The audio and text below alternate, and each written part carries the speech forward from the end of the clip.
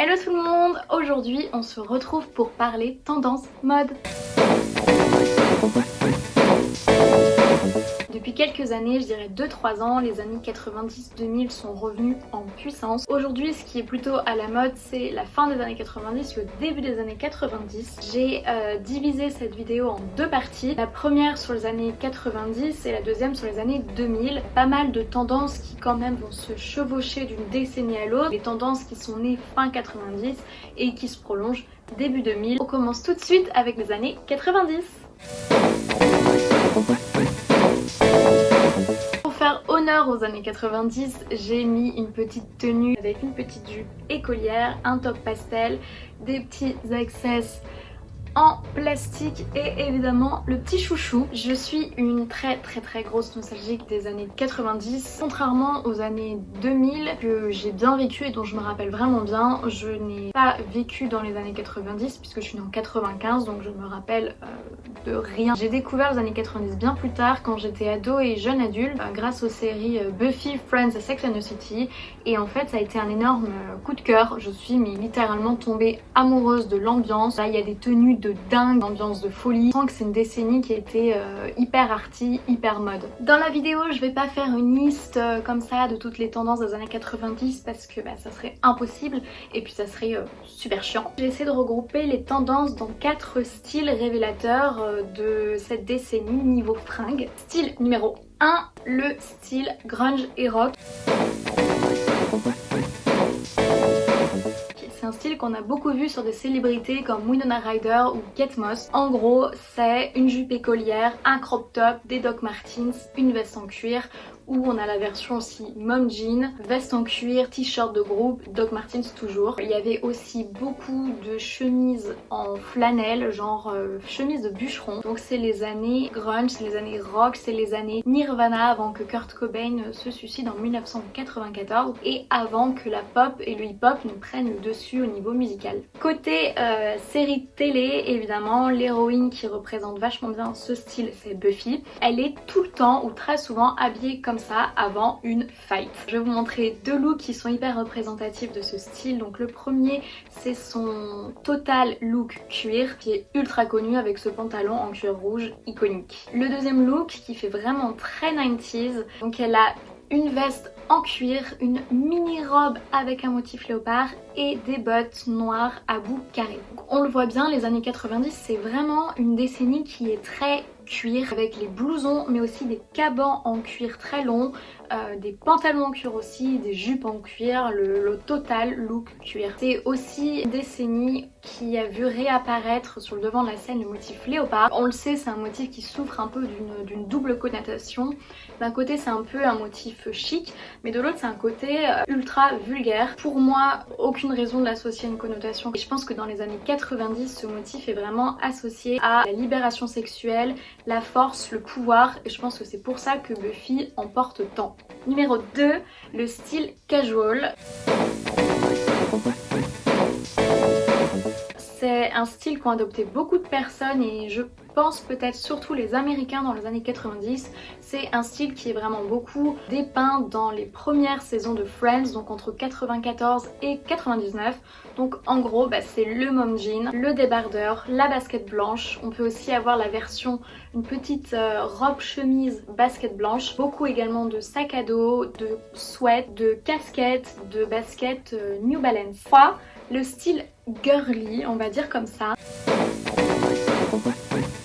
C'est un style qui peut paraître un peu en opposition avec le style grunge rock, mais en fait pas du tout. Et d'ailleurs le personnage qui nous montre qu'on peut tout à fait être d'un côté grunge rock et de l'autre girly, écouter Katy Perry et Rammstein, c'est évidemment Buffy. Donc Buffy, quand elle ne fight pas et qu'elle n'est pas en cuir, elle a très souvent un style très girly féminin. Il y en avait beaucoup dans les années 90, on avait énormément de mini-jupes droites et de couleurs pastel. Donc on avait du rose, du lilas, du vert pomme. Les filles portaient aussi beaucoup de twin sets à cette époque, comme celui-ci qui je trouve fait très préppy. Une autre icône du style girly, c'est évidemment Carrie Bradshaw, l'héroïne de Sex and the City. Donc là, on est vraiment vers la fin des années 90 puisque la série a commencé en 98. Un de ses looks les plus connus qui est ultra représentatif, dont je voulais vous parler. Ici, on a une robe fleurie, des petites mules et le fameux sac baguette. Je fais ma petite auto-promo comme ça, je le case ici. J'ai fait une vidéo sur l'histoire du sac baguette, donc si vous avez envie de la voir, n'hésitez pas à cliquer. Justement, parlons des sacs dans les années 90. Plus les années avançaient et plus on arrivait vers les années 2000, les sacs sont devenus très petits et donc la tendance du micro-bag est arrivée. Donc en fait le Chiquito, il tient son inspiration de ces années-là où les sacs sont devenus tout petits et au final ils ont perdu leur fonction première, la fonction de contenir, pour n'être plus qu'un petit accessoire. On avait d'un côté les mini sacs carré, inspiré en fait du Lady Dior qui est sorti en 1995. Buffy en a un tout petit rose et je vous ai trouvé également celui-ci qui est en plus en motif léopard. Et d'un autre côté on avait les petits sacs baguettes. Du coup je ne vous dévoile pas tout ce que dit ma vidéo, mais il a été créé en 97 et est apparu dans la série Sex and the City. C'est pour ça qu'après plein de créateurs en ont designé et que c'est devenu une véritable tendance. Ce genre de petits sacs, c'était un petit peu en opposition des sacs à dos et notamment du sac à dos en nylon Prada qui au final lui va plutôt avec le style casual qu'on a vu en deuxième. Numéro 4, le look de soirée. Pour les looks de soirée, j'ai choisi de vous parler de cette tendance de dingue qui est née dans les années 90, c'est la slip dress, la robe nuisette. C'est une robe qui ressemble à une robe nuisette et qui a en fait des toutes petites bretelles, des spaghetti straps, qui est vraiment une tendance des années 90-2000, d'avoir toutes petites bretelles. Et c'est avec cette slip dress qu'est née la tendance de porter de la lingerie la journée ou quelque chose de lingerie-like en journée. La slip dress est très souvent en satin de soie, en soie ou en matière satinée, mais pas que. Et elle est beaucoup associée au styliste américain et minimaliste Calvin Klein. Donc je voulais vous montrer une slip dress longue sur Gwyneth Paltrow, mais aussi une slip dress courte sur Jennifer Aniston.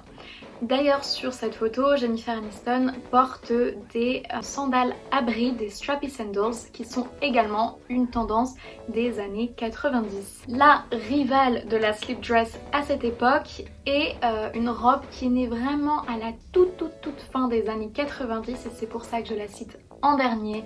Elle a été créée par Donatella Versace en 1999 et il s'agit d'une mini-robe métallique argentée qui a fait fureur et qui était portée à la fin du siècle et au début du suivant par toutes les party girls.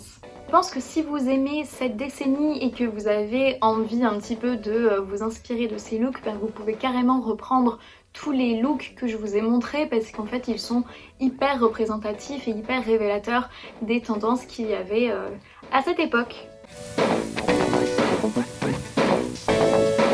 En résumé, les couleurs de cette époque, le noir et les couleurs pastel. Les matières de cette époque, le cuir, le denim, le satin de soie, le cachemire. Les motifs de cette époque, les fleurs, le tartan, les carreaux type bûcheron et bien sûr le léopard. Les sacs, petits.